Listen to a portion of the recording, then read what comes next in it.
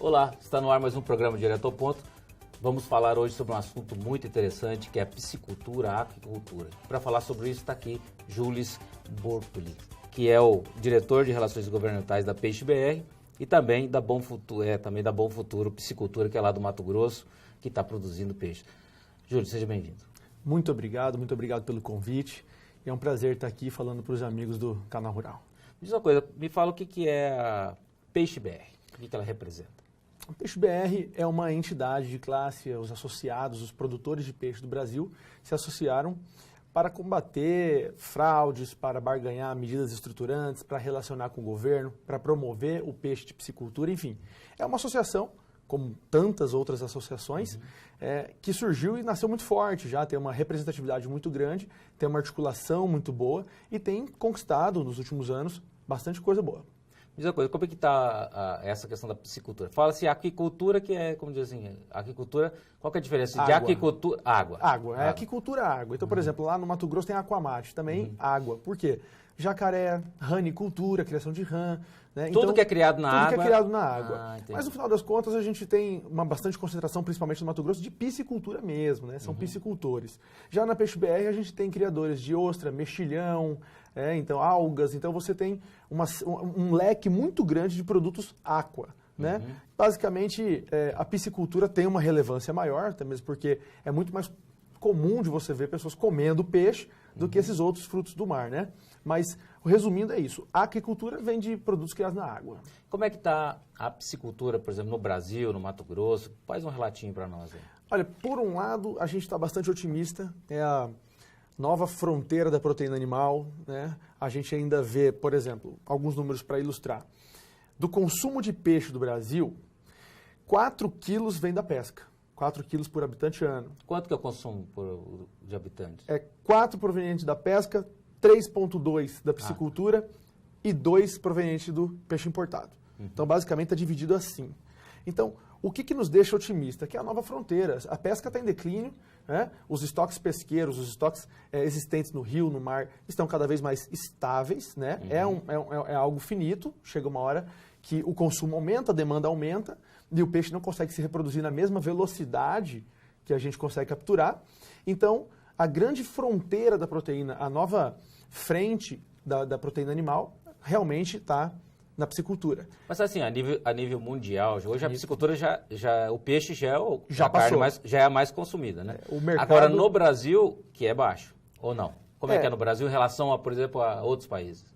O Brasil, naturalmente, não tem o hábito como o asiático, por exemplo, de consumir peixe. Lá o índice é muito maior. Mas um dado curioso, o mercado global de peixe, ele é maior do que o comércio de todas as outras proteínas somadas. Sim. Ou seja, é muita gente comercializando e comendo peixe mundo afora. Mas isso é um contrassenso, porque nós, no Brasil, temos a maior reserva de água doce do planeta. Para você ter uma ideia, o Vietnã produz 10 vezes mais peixe com 10 vezes menos água. Mas daí, Júlio, nós temos também o peixe mais caro do planeta, não temos? Também. Bom, bem observado, né? Realmente, historicamente, o peixe sempre foi a última escolha da dona de casa, né? Justamente por ele ser caro. Né? E por ele ser caro, ela não dava preferência. Então a gente criou... Porque era uma coisa extrativista, né? Uma coisa extrativista, difícil de capturar, ou então importado, como ainda acontece, sofre oscilações da moeda, né? Então, não era a primeira opção dela comprar. Por não ser a primeira opção, você criou uma geração de pessoas que não tinham o hábito de comer. Lógico, nunca tinha na casa dela, raramente tinha, então ela não criou o hábito de comer. Esse cenário está mudando. Obviamente que a Peixe BR, como outras associações estaduais, buscam o quê? Massificar essa produção. Quanto maior a produção, maior a oferta, melhor o consumo e melhor o preço. Para isso a gente tem que investir em genética, em pacote tecnológico de criação, de beneficiamento. Ainda é muito artesanal, muito manual, então isso tudo agrega custo. Né? Você tem, por exemplo, a indústria chilena do salmão, você põe o salmão inteiro de um lado, você vai filhar do outro. A máquina faz tudo. Você tem uma padronização do lote e também uma mecanização muito grande. Então, tudo isso vai culminar realmente num produto mais competitivo e, consequentemente, num consumo massificado. Eu, por exemplo, adoro peixe. Fui até esses dias lá no supermercado da minha cidade, Campo de Júlio, lá no supermercado Nova Aurora, fui comprar o peixe. E aí você pega, por exemplo, o quilo do peixe lá, é R$40 o quilo, né? E quanto que o produtor, por exemplo, de peixe, a gente sabe que é tipo 4, 5 reais, não sei quanto tá. Por que essa diferença toda, Júlio? Ainda existe esse gap, né? E se você perguntar para o supermercado, ele fala, se eu baixar o preço, não tem, eu desabasteço. Então, realmente é um interesse da associação estar reunindo, conversando com esses supermercados, de modo a ajudar a diminuir um pouco a margem e melhorar o consumo. Aí, o que eles falam tem sentido. Olha, se a gente diminuir o preço, vai acabar, a dona de casa vai vir, não vai ter esse peixe aqui. Então, peraí, tem que naturalmente aumentar a produção. Para aumentar a produção, a gente precisa de duas coisas: licenciamento ambiental e crédito. Né? Recentemente, a gente viu o lançamento do Plano Safra. Né? E o Plano Safra contempla a aquicultura também. E eu, numa palestra que eu dei esses dias, estava brincando. Fui para Las Vegas e lá tem um hotel que tem $1 milhão, só que está num vidro. E você vai, abraça, bate foto, faz o que quer, só não põe a mão. Então a gente tem que tomar cuidado para esse Plano Safra, principalmente da aquicultura, eu estou me referindo exatamente a isso, não ser esse dinheiro que está lá, existe, você vê, bate foto, faz o que quiser. Só não pode pôr na mão. Geralmente é, né? E geralmente é. E porque eu entendo o lado de quem também cede o dinheiro. Ele precisa ter segurança. Ele quer ver seu licenciamento ambiental. Se você não tem licenciamento ambiental, obviamente que você não vai ter acesso a recurso. Então, hoje, por exemplo, um dos maiores desafios da PeixeBR ou da Aquamate, é licenciamento ambiental? Certamente. O licenciamento ambiental, a gente poderia frisar alguns pontos. Simplificação, né? Usar a tecnologia a nosso favor, fazer isso de forma digital, eletrônica, né? E a simplificação seria você fazer a informação, quer dizer, você autodeclarar. Esses 3 pontos. Simplificar eletronicamente e autodeclaratório. A demanda de processos represado é enorme. Para você ter uma ideia, a gente tem 640 mil toneladas de produção no Brasil. De licenciamento de piscicultura, de peixes provenientes da aquicultura. Se você pegar o que tem para ser licenciado na Secretaria de Pesca e Aquicultura, é 1.800.000 toneladas. Então, é mais que o dobro. É quase o triplo. É isso, mais que o dobro. Então, veja bem, isso aqui é uma decisão. Tem que ser uma decisão, tem que ter um esforço, tem que ter uma força-tarefa, uma simplificação para a gente poder liberar. Liberou licença? Tem crédito? A produção acompanha. Agora, me diz uma coisa, qual que é a opinião de vocês com relação a... Você está falando que as licenças não saem, né? Ou seja, as outorgas, né? Não só a licença, mas também as outorgas. Mas a outorga também está relacionado. Né? E aí o que acontece? Tinha o Ministério da Pesca, veio para o Ministério da Agricultura, agora foi para o Ministério do... Indústria e Comércio. Indústria e Comércio. E daí? E daí? O Francisco, nosso amigo Francisco Medeiros. Chiquinho, famoso Chiquinho, o secretário executivo da PeixeBR e um dos grandes nomes da aquicultura nacional. Ele brinca que antigamente a gente trocava todo ano de ministro. Agora a gente tem que trocar de ministério. Né? O negócio não está fácil. Complicou, né? Complicou. Mas veja um dado interessante. Porque os processos passeiam, né?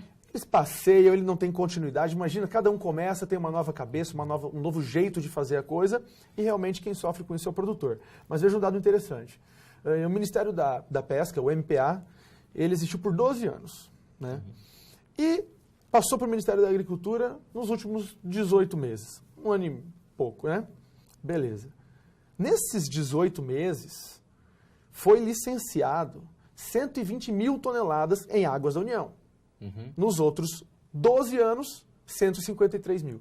Nossa. Ou seja, em 18 meses, licenciou 80% do que o Ministério da Pesca licenciou em 12 anos. O que é isso? É um esforço em liberar. É uma decisão política. É uma atuação muito legal e muito incisiva do ministro Blário Maggi. Agora, pegar esse setor que está andando, que está desenvolvendo, e botar no Ministério da Indústria e Comércio não faz o mínimo sentido. Pensa bem, frango, suíno, bovino, agricultura, é um produto agro. Peixe, não, peixe é indústria e comércio. Eu não consigo conceber isso. A gente perde continuidade, a gente realmente perde força, porque o setor que é jogado para lá e para cá, ele não tem a mínima credibilidade. Por que será? Vocês acham que foi mudado? Aquilo que você disse, tem toda a razão.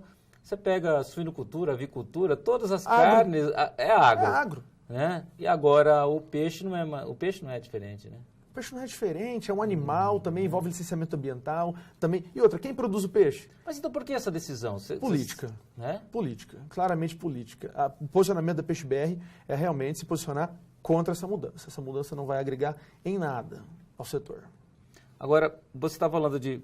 A licenciamento é uma dificuldade. Estamos indo quase para o final do primeiro bloco. Me diz assim, mas quais são as outras demandas ou prioridades da PeixeBR? Olha, uma recente conquista, também nem tudo é notícia ruim, uma recente conquista do setor foi a instrução normativa que regulamenta o peixe congelado. Né? O peixe congelado não tinha essa instrução normativa, estava regulando, mas como as plantas nacionais têm o fiscal dentro, o bom senso dele imperava. Tudo bem, tudo certo. Porém, não tem o fiscal na planta do exterior.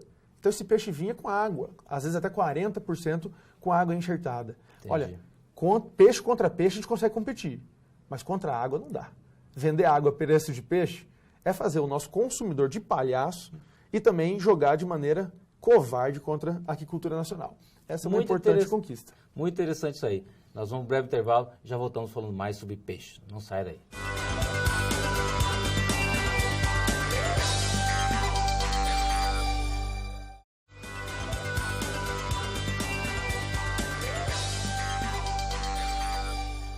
De volta direto ao ponto, falando sobre piscicultura com o Júlio Bortoli, que é o diretor de Relações Governamentais da PeixeBR. Júlio, você estava falando que vocês tiveram uma conquista, a PeixeBR tem uma conquista, que era a questão da regulamentação de peixe congelado. Exatamente. Né?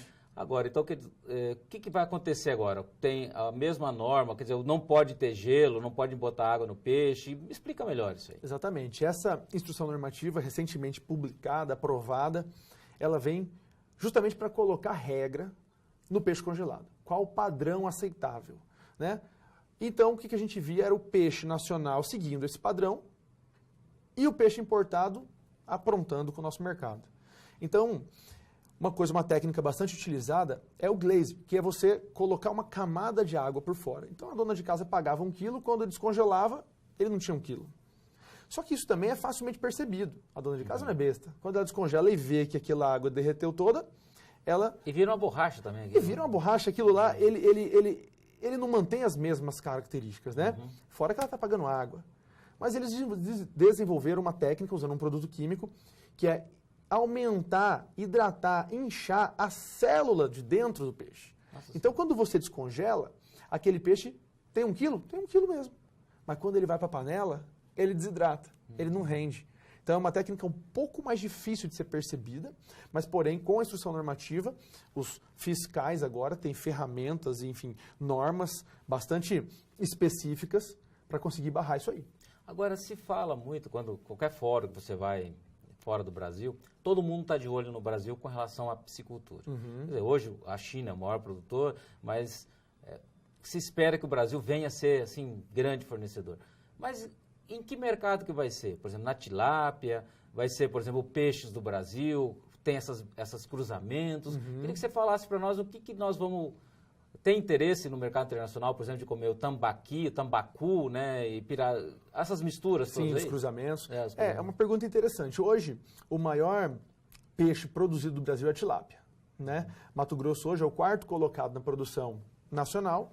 E a gente tem uma luta constante, contínua, para liberar a tilápia em tanque-rede. Isso vai dar um boom na produção do Estado, se o órgão ambiental olhar para isso com carinho, né? O governo do Estado olhar para isso com carinho. Porém, uma coisa que é interessante, hoje a China é um grande player do mercado de pescado mundial. Sabe o que a China vende? Pacu. Eles chamam de Red Pacu. Olha que interessante. Mas é deles lá, não é nosso? Não é nosso. Ah, é? É nosso. Agora veja, uma espécie nossa, comendo soja e milho nosso, e voltando para cá. E os players de lá botando a um preço competitivo no mercado internacional. Preço de $1. Imagina só a competição. Então, óbvio que eu não sei qual é a legislação trabalhista lá, eu não sei qual é a legislação... Você fala $1 o quilo? $1 o quilo. Nossa Senhora. Então, você imagina.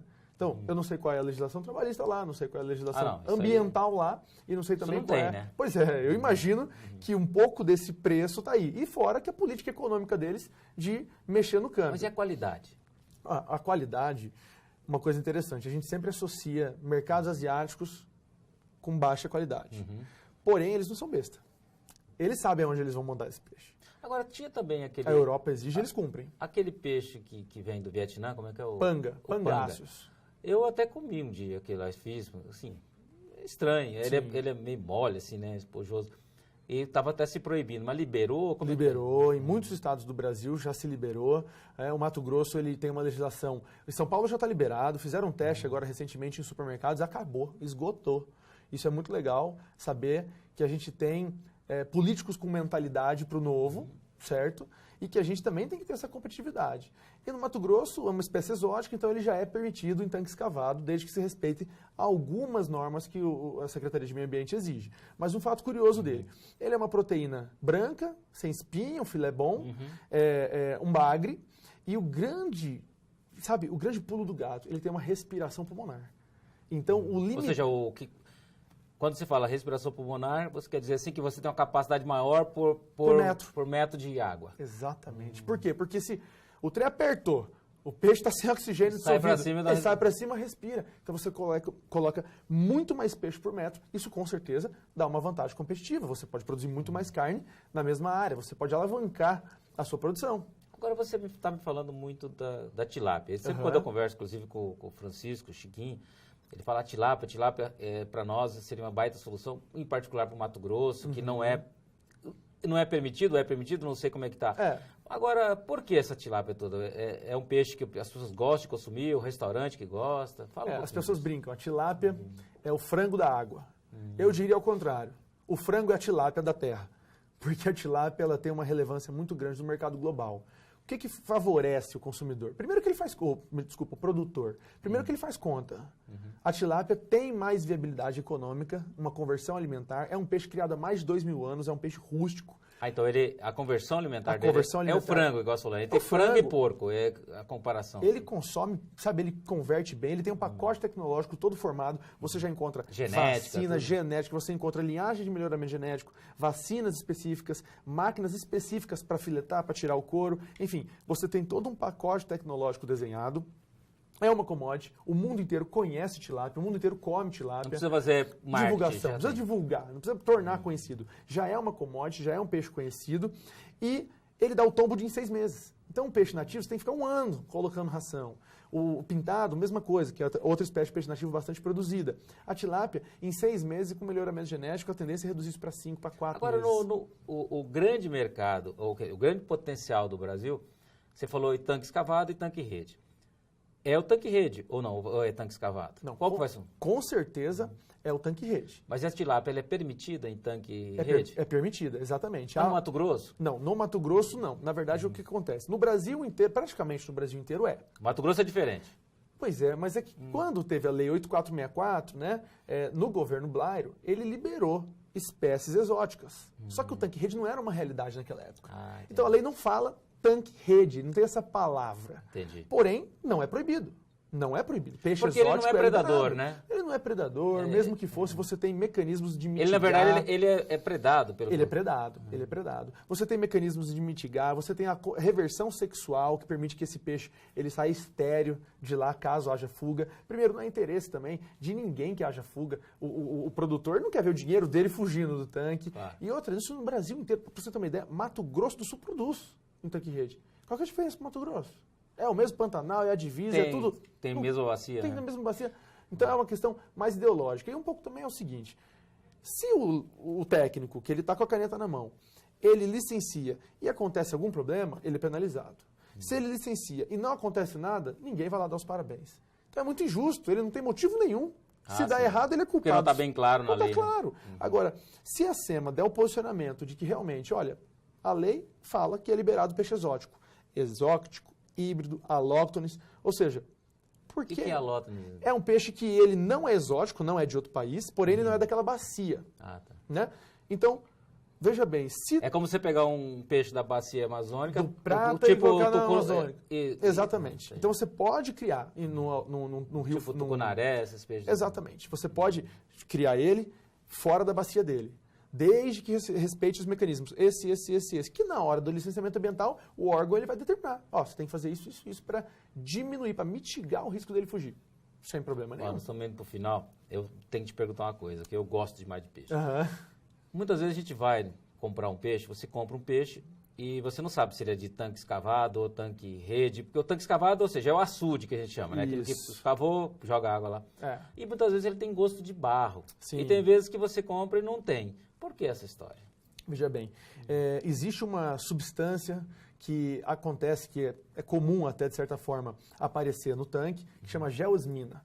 E gel, terra. Esmina vem de smell. Então é o gosto, o cheiro de terra. Essa substância, quando está presente, normalmente é associada com matéria orgânica, fitoplâncton, zooplâncton, aquela água verde que você vê no tanque, o peixe, por ele ser filtrador, aquela água passa por dentro dele e ele acaba entranhando. Né? E pegando esse gosto bem característico. De barro, né? Tecnicamente a gente chama de off-flavor, que ele está fora do padrão, fora do sabor. Esse é um problema técnico já superado. Certo. Mas é uma Antigamente falavam que, a ração caía. Não, e que a ração afundava e ele comia junto com a terra. Isso é uma lenda, não é isso. Já depois descobriram que não é isso. Mas, por mais que é um problema técnico já superado por alguns, é uma atividade nova e que tem muitos entrantes. Então tem gente começando, tem gente aprendendo, tem gente apanhando ainda. Então, realmente, você ainda encontra alguns casos assim. Não é o padrão. Não é para acontecer e já tem muita gente fazendo certo, direito, gostoso. E eu convido você para num teste cego. Vamos fechar seu olho. Você vai provar um e outro. Qual é o de rio e qual é o de viveiro? Eu duvido você acertar. Tá feito o desafio, hein, Tá Glauber? certo, vou fazer. Com certeza. Assim, bem rápido. Você está animado? Eu estou animado com a piscicultura. Eu acho que a gente tem todas as características para ser um grande player mundial. O Brasil tem água em abundância, um clima legal, oferta de grãos, que é a base da ração, e mais do que isso, vocação agrícola. Nosso país tem vocação em produzir alimento bom, barato para o mundo inteiro. Que joia. Muito obrigado por sua presença aqui, Júlio. Eu que agradeço, Glauber. Tá certo. Tá aí, concluímos mais entrevista super especial para você. Você pode rever essas entrevistas através do nosso site, do Canal Rural. Eu aguardo você sempre aqui na sua audiência. Obrigado.